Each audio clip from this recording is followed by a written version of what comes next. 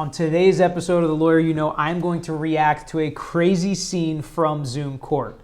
What's been interesting during the quarantine and the coronavirus protocols with masks and Zoom court and not doing everything in person, things are crazier than ever because people forget that they're in an official judicial proceeding. And we'll see how this attorney acts is insane and incomprehensible and horrible for her client. And we'll get through that. And I think it has to do something with the fact that she's not standing in front of a judge. She's not in court. There are not bailiffs around. It feels totally different when you're doing this sitting on your couch in your living room or even sitting in your office. So we'll see how this attorney acts. We'll see what this judge does. And we'll kind of break down what happens when a situation like this occurs. Is my attorney? I can. If Your Honor, that's what I would suggest, that it be written up as a furlough, yes. So he, first of all, doesn't even know if his attorney's there or not, which wouldn't happen in court. So I'll put rather than released, I'll just change it, defendant to be furloughed to the ARC program with a Well, he's saying he did not. Sir, can you please pull your mask up? He's saying that he and Ms. O'Neill did. Please let me. Your Honor, I just want to reiterate. First problem. The client says that him and his attorney had an agreement that this was going to be put on the shelf. He didn't fully understand it. So the judge has to stop everything to make sure a criminal defendant, this is a criminal proceeding, understands what's going on. And it doesn't seem like he does. Now, then the lawyer tries to jump in and starts arguing with the judge and speaking over the judge. That's a big no-no. Also something that very rarely happens in person. And if it does, and somebody asked me, does this type of stuff happen all the time? It probably did happen before Zoom court, but it was put under control much more quickly than in Zoom court. The judge has to feel helpless here for a little bit of the time because she's sitting in her house. You can see the stairs behind her, and the attorney's sitting in her house. So it's kind of hard for her to get control of this attorney, and Zoom court makes that very, very difficult. But you'll hear this is just the beginning where the attorney starts arguing and talking over the judge. Neil, please do not interrupt me. So that's usually how it gets under control. Do not interrupt me. So would you like some time to speak with your client, Ms. O'Neill? No, ma'am, I wouldn't. Doesn't make any sense. Judge says simply, the judge does a great job throughout this video. Your client doesn't seem to understand. Ms. O'Neill, would you like to take a second to speak with your client? That's what we do as lawyers. We speak to our clients. We explain things to them so that they know what's going on in the case, especially in criminal cases where these clients are losing their rights and giving up their freedoms and liberties. So the judge says, do you want to talk to him? And the lawyer says, no. And now she's about to go off. I would like to correct Kurt in saying that he is going not for substance abuse. It's for mental health treatment. He's bipolar schizophrenic, ma'am. So he says a lot of things. He agreed to this deal. He has it in his hand. So the question becomes, Kurt, do you want to take it or not? You're dealing with somebody that's not operating at full capacity, ma'am. Okay, so we've done some videos in the past, the Britney Spears video, the capacity podcast of what is mental capacity, and now she calls her own client's mental capacity into question here. She throws him under the bus, makes fun of him for his mental illness if he has one. Later, he's going to say, she diagnosed me with this mental illness, no doctor ever has. So she's violating attorney-client privilege, disclosing their conversations about this plea deal, saying he wanted to agree to it, but he's not working at full capacity. He's basically crazy is what she's saying, to just totally disparage him in front of the judge and try to make the judge take her side. What the attorney's doing in this situation is trying to discredit her own client so that when she has an argument and it's a he said, she said type of battle in front of the judge will agree with her. But this judge is too smart for that. Okay, so, look, yes, it's Addiction Recovery Center. I assumed it was substance abuse treatment. If it's mental health treatment, he's got bipolar, undiagnosed bipolar schizophrenia.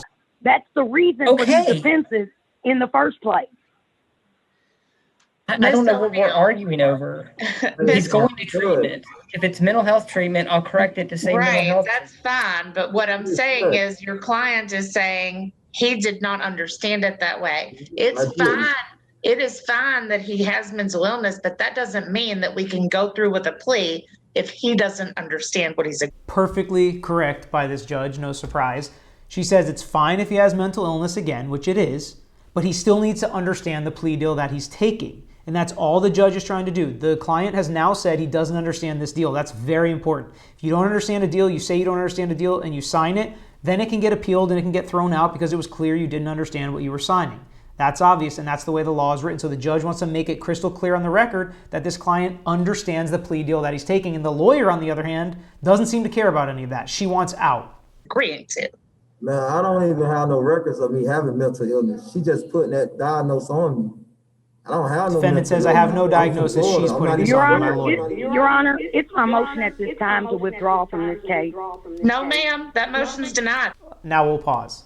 So the lawyer jumps in and tries to use this big legal hammer saying, you know what, sir, I'm not going to represent you then. Your Honor, I now make a motion to withdraw in this case. I'm out of here. Sayonara. Only problem is the way that motions to withdraw work in almost all cases, especially criminal cases that are like this, probably deep into the process since he's taking a plea deal, you are not allowed to withdraw from a criminal case like this without court approval. So the lawyer is stuck. There's nothing the lawyer can do, and it's for this exact reason. So lawyers don't leave their clients out to dry when they're in a difficult criminal prosecution, because if this lawyer could just bounce, now the guy's sitting here with no lawyer trying to figure out a plea deal he doesn't understand all by himself. Luckily, he has the judge, who's the gatekeeper in this case, who's going to make sure that his rights are protected. And that's what's really important throughout the criminal process. People make mistakes, people commit crimes. This guy might be taking a plea deal because he committed this crime, but he still is entitled to a good and fair defense. He's still entitled to understand the rights that he's waiving, and the judge is making sure of that. That's why it's so important to have judges that were lawyers and practicing lawyers before they became judges, because she really protects this client's rights, even though he's not her client, because the lawyer does the worst job I've ever seen at trying to protect her client's rights. And we'll listen to now the lawyer try to fight with the judge to get off of this case. Ma'am, that motion's denied. Denied, judge Why? says, without hearing any evidence. He won't accept the plea, and he's going contrary. He won't accept the, ma'am, I've been to the jail 5 times. He's flooding the toilets. He's causing disturbances. He's fighting. He's been beat up. He's calling me 12 times a day. Disparaging your client. So now she's disparaging her client again, saying how horrible he is, clogging toilets, getting in fights at the jail. She's been to the jail 5 times. Big deal.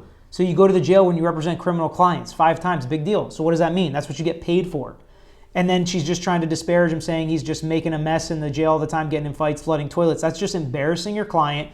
That's violating attorney-client privilege, things that the judge and the court don't need to know. You see the other people on this Zoom call, their eyes and their faces are shocked. They're like, because they cannot believe what this lawyer is saying. Times a day. Disparaging your client to this court. And the judge, again, perfectly says, stop disparaging your client.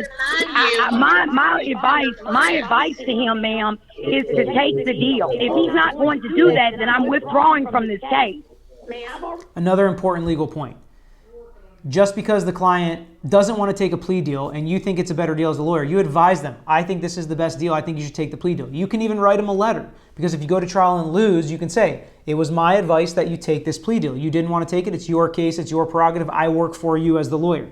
What you can't do is say, take this plea deal or else I'm withdrawing from this case. You can't force a client and pressure a client into taking a plea deal that they don't want to take or that they just don't understand. Because it seems like that's the biggest problem, is this client just purely doesn't understand the plea deal. I've already been to the jail 5 times, Your Honor, to talk to him. Motion to withdraw is Motion to withdraw is denied. I bet I don't appear again. Goodbye. Oh my God. Okay. So then she says, I bet I don't appear again in this case. Not something you want to say to a judge. You do not want to push a judge's button, call their authority into question, and basically call their bluff and say, I bet you won't do anything about this. I bet I don't appear again on this case. That's what the lawyer says before hanging up the Zoom call. And again, it's very important that this is done during the quarantine and during Zoom, because you can't just walk out of a courtroom. The judge can literally say, bailiff, which is an officer in the courtroom, grab that person right now and take him to jail. So instead, the judge does exactly what she should do and says, I'm filing a motion for contempt against this lawyer. Right here, right now, motion for contempt. What a motion for contempt is, you can throw that lawyer in jail, you can fine them, you can have their bar suspended or completely revoked, they can have to take CLE classes to learn why this is inappropriate, go back through ethics courses and how you respect judges and have candor with the court. That's what's in store for this lawyer in the future, and that's exactly what she deserves. Her license should be revoked. If you treat a client like this, I don't care what this guy did, if you treat a client like this, you don't need to be a lawyer. I would like to make a contempt motion for Ms. Everybody's O'Neill. shocked again. They literally can't believe it. And they sit in hundreds of these.